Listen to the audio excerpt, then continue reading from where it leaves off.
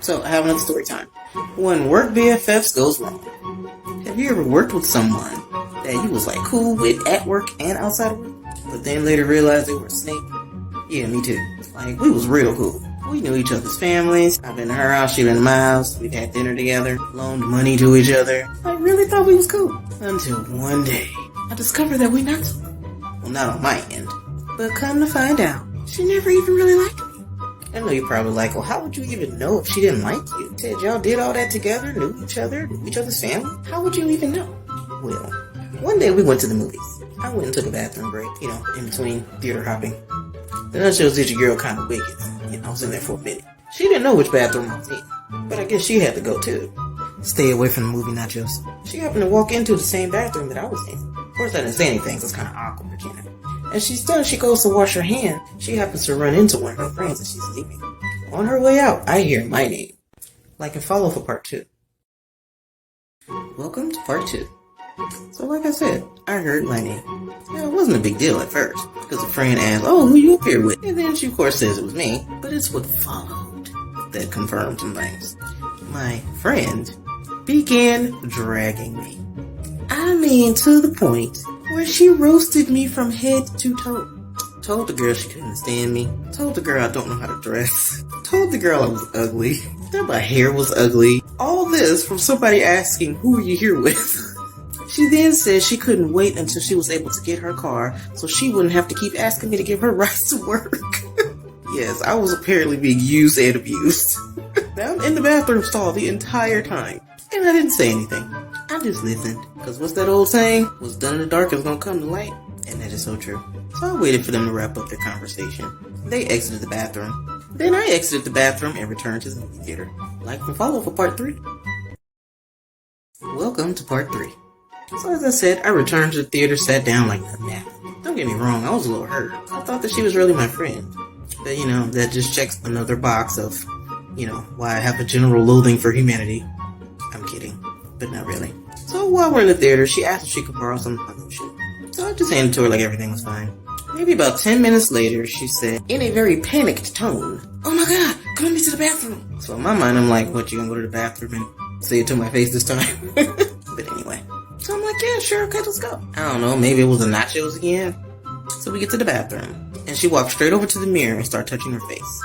When I tell you she was freaking out, she was freaking out. And the reason why was, apparently the scented lotion I had, she put it on her face, and it swole her face up.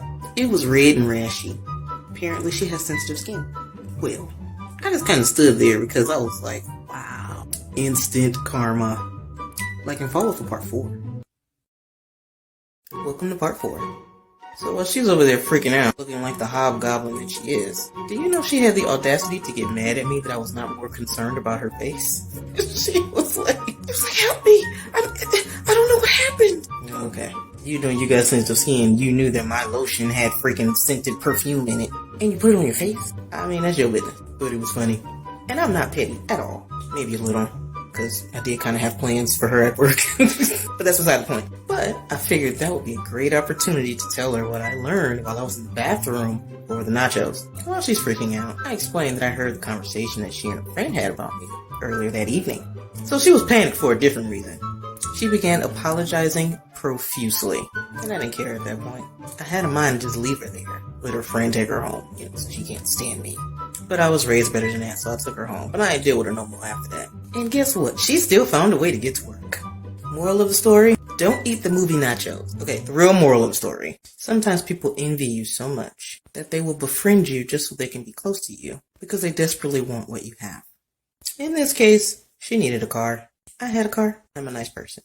And she preyed on that. This is totally one of the reasons that I'm an introvert and I stay to myself. Sometimes people have motives for being your friend, and it's our job to do our due diligence to make sure that that friendship is genuine. Sometimes it's hard to tell, but follow your gut, listen to your intuition, and protect your peace. Like and follow if you like more stories like this. And thank you for watching.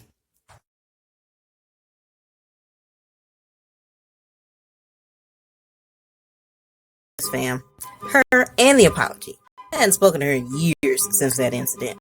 And do you know, this cow had the audacity to send me a friend request on Facebook. as soon as I saw her profile picture. It was a hard pass for me. And a block and a report for harassment and bullying. You're probably right. You know, she recently sent me a friend request through Facebook. I never hit the block and report button so fast. Guys, I cracked up when I saw this comment.